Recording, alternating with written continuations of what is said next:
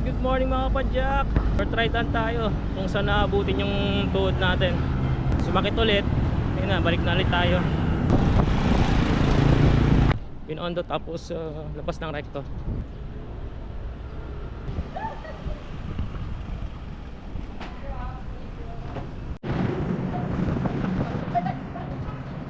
Tira muna sa baba at marami pang ahon mamaya.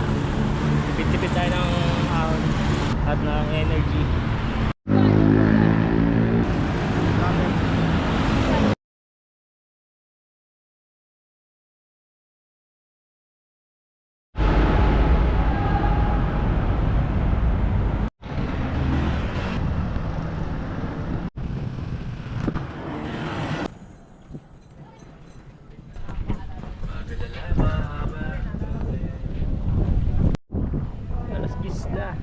Medyo tanghali na.